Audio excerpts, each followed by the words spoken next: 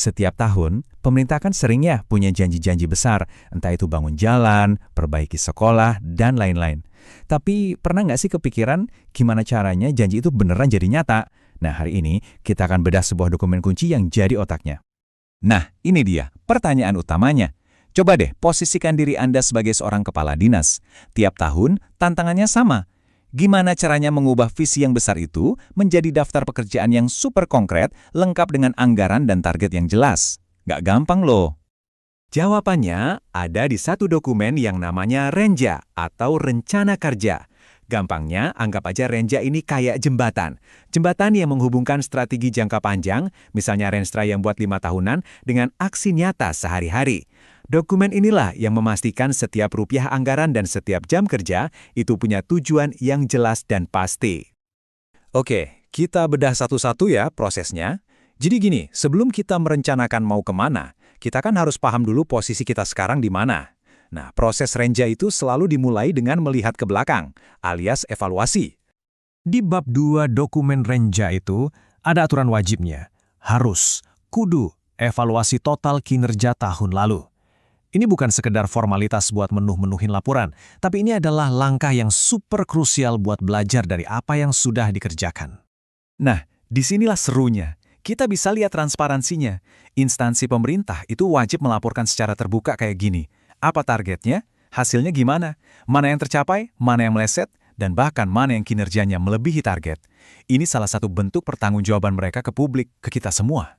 Jadi, yang paling penting di sini tuh bukan cuma soal angkanya, tapi soal kenapanya. Peraturan mengharuskan mereka menganalisis lebih dalam. Kenapa target renovasi sekolah gagal? Apa sih rahasianya kok program pelatihan guru bisa sukses besar? Nah, analisis mendalam inilah yang jadi fondasi biar perencanaan tahun depan jadi lebih pinter dan lebih baik lagi. Oke, setelah nengok ke belakang, sekarang saatnya tengok kanan-kiri. Maksudnya, kita lihat kondisi sekarang, memindai lingkungan sekitar, memahami tantangan dan peluang yang ada saat ini. Rencana yang bagus itu nggak datang dari langit loh. Ada 4 bahan baku utama yang wajib diolah. Mereka harus lihat data kualitas layanan publik, identifikasi isu-isu strategis, pastiin rencananya nyambung sama rencana pemerintah yang lebih besar, dan yang nggak kalah penting, mereka harus dengerin masukan dari masyarakat. Dan ini contoh yang bagus banget. Ini nunjukin kalau suara masyarakat, entah itu dari perorangan atau kelompok kayak gabungan petani ini, jadi bagian formal dari proses perencanaan. Jadi ini bukan basa-basi, tapi sebuah masukan yang memang wajib dipertimbangkan. Nah, setelah evaluasi masa lalu dan analisis kondisi sekarang, barulah kita bisa dengan pede melihat ke depan. Di tahap inilah, semua analisis dan masukan tadi diubah jadi sebuah rencana aksi yang nyata dan terukur. Disinilah semua potongan puzzle-nya nyambung. Temuan dari 2 tahap pertama tadi langsung jadi dasar buat bikin program baru. Contohnya, evaluasi bilang, renovasi sekolah jelek, oke, lahir kegiatan baru, percepatan perbaikan sekolah. Petani bilang butuh air, oke, lahir program pembangunan saluran irigasi. Jelaskan hubungannya? Dan inilah dia, output final dari Renja.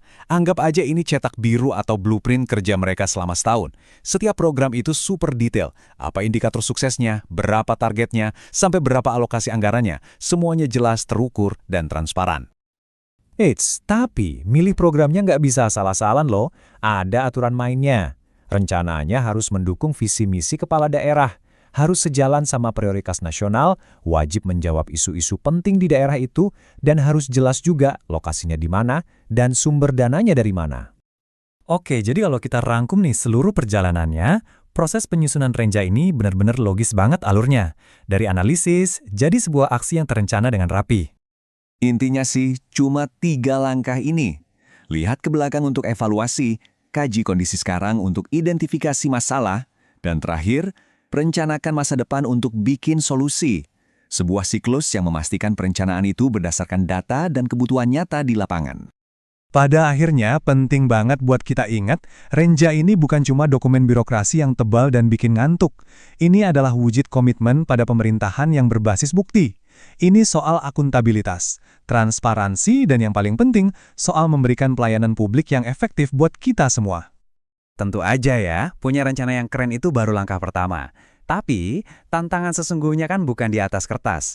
Tantangan terbesarnya justru mengubah dokumen ini menjadi kenyataan di lapangan. Nah, soal implementasinya itu kita bahas di lain kesempatan.